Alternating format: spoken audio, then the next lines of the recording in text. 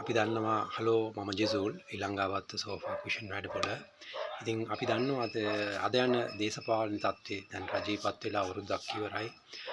මේගොල්ලන් සාමාන්‍යයෙන් හරි ජනතාවට අගහිකකම් නැතුව සාමාන්‍යයෙන් ජීවත් වෙන්න ක්‍රමයක් තියෙනවා. හැබැයි බඩු බාහිර වල අපිට සහනයක් ලැබුණ ජනතාවට ඒ අතින් බොහොම නගරවල බොහොම ਸਰව සාර්ථක තිබුණාට ගමේ මට්ටම නම් බොහොම අසරණයි. මොකද ගමට නම් ගම්වාසීන්ට නම් කවදාවත් ගොවිතැනකට ඒගොල්ලන්ට පොහොර ටික සාහනෙට නැහැ. ඉතින් ඒගොල්ලන්ට ඒ වගේ නොයෙකුත් ප්‍රශ්න තියෙනවා. මිනිස්සුන්ට අධ්‍යාපන පැත්තෙන් දරුවන් උගන්වන්න ඒ වගේ කෑම බීම තුන් වේලක් කාලා බීලා ජීවත් වෙන්න. අපි දන්නවා නායකයෙක්පත් වුණාම තුන් වේල කාලා බීලා ජීවත් වුණොත් ඒකම ඉතාමත් වටිනවා. ඒ වගේ වාතාවරණයක් අපිට තව හැදිලා නැහැ. ඒක එක පැත්තක්. අපි දන්නවා මේ ඊයේ පෙරේදා අපේ අමාත්‍ය විජිත හේරත් එතුමා බොහොම ලස්සනට අපේ මුස්ලිම් ආගමික වතන ප්‍රශ්නයක් නෙවෙයි ආවේ.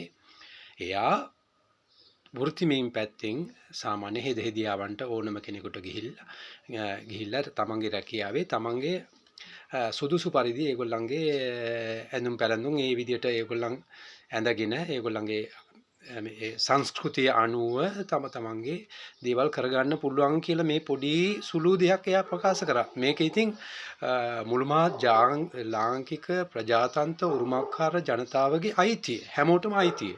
ඒ අයිතිය වෙනින් යම් කිසි ඇත්ත සිදුවීමක් මේක විශාල කාලයකින් පසු පාර්ලිමේන්තුවේ මේ වගේ ලස්සන විවෘතව කතාවක් සඳහන් වෙලා තියෙනවා. ඒ වෙනුවෙන් අපි මුස්ලිම් ජනතාව ඇතුළු මුළුමහත් ශ්‍රී ලාංකික ජනතාව සියලු දෙනා මේකට සතුටු විය යුතු කාරණාවක්.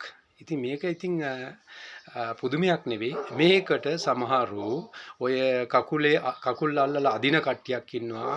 රජේ හැම කාටම පාටපක්ෂ ඔහොමනේ. ආපු ගමන් කවුරු හරි කාටත් කරන්න නොදී කකුල අල්ලලා අදින ක්‍රමයේ තමයි ඔය අදටත් ඔය පැවැත්ම දේශපාලනේ. මේකම මේ අසික්කිතයි කියන්න ඉතින් ඕක වටින්නෙත් නැහැ. ඒ වුණාට මේක තමයි අද ලංකාවේ දේශපාලන ඉතිහාසය. ඉතින් මේක ලස්සනට කරගෙන යනවට මේ ලස්සන කතාව බොහොම විවෘතව ප්‍රකාශ කරාට එයාටත් නොයේකුත් මාධ්‍ය ප්‍රහාරවල එල්ල වෙනවා. ඉතින් ඒත් එක්කම හොඳ මිනිස්සෙකුට හොඳ දෙයක් කරන්නට දෙන්නේ නැහැ කියන මතය තමයි තියෙන්නේ. මෙයා හොඳ නැහැ.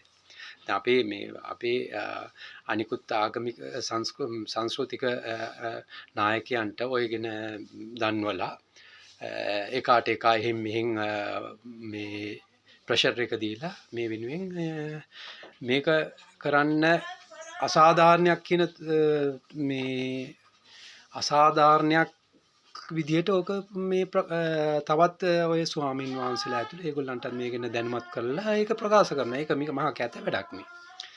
හැමෝගෙම අයිතිවාසිකම් ඕක සාමාන්‍යයෙන් දෙයක්. ඒක තමයි නායකයන්ගෙන් වෙන්න ඕනේ. හැම මිනිස්යාගේම අයිතිවාසිකම් හැම ජාතියෙම සතුටින් සමගිය මේ ලංකාවේ එකම ලාංකිකයෝ. අපි එකම ලාංකික අපිට පාතපක්ෂ නැහැ.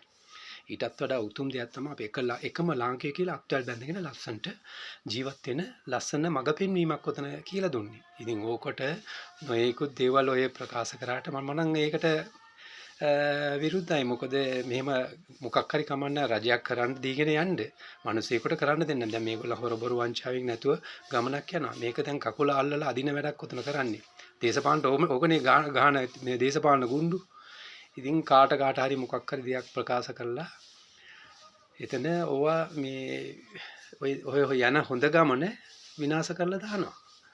ඉතින් හැමෝටම ඔය හැංගීම ඉන්න ඕනේ. මොන පාටපක්ෂාවත් අපට ප්‍රශ්නයක් නැහැ. හොඳ හැමෝගෙම අයිතිවාසිකම් ලබාගෙන බොහොම සමගියෙන් සතුටින් මේ රටේ එකම ලාංකිකයෝ හැටියට අත්වල බැඳකට එකට ජීවත් වෙන්න ඕනේ. ඒක තමයි එතන අපේ සහෝදරත්වය, සමගිය, එකමුතුව. ඕක තමයි එතන සඳහන් කරන්නේ. මේක වාද විවාද කරන්න එපා. සාමාන්‍ය මොන්ටසෝරි යන කතාවල් කියාගෙන එකට එක ඕවා දාගෙන තමන් එක දාගන්න හදන්න එපා. ඉතින් බොහොම ස්තුතියි. ජය වේවා. ඒ වෙනුවෙන් කතා කරපු සියලු දිනාටම ඒ වෙනුවෙන් බොහොම අපේ සාමගික සතුට ඇති කරන මොන රජයක් වුණත් කමන්නේ. අපි රජයට එකඟයි. බහුතරයක් ඡන්දෙලි දීලා තියෙන එකටයි. මොනම ඡන්දයකින් බහුතරයක් ඡන්දෙ දීලා රජයක් පැවැත්මක් නඩත්තු කරගෙන යනවා නම් ඒකට සියලු දෙනාම එකඟ වෙන්න ඕනේ. මොන පාටින් ආවත් ප්‍රශ්නයක් නැහැ. ඉතින් මේ වෙනින් මමත් මගේ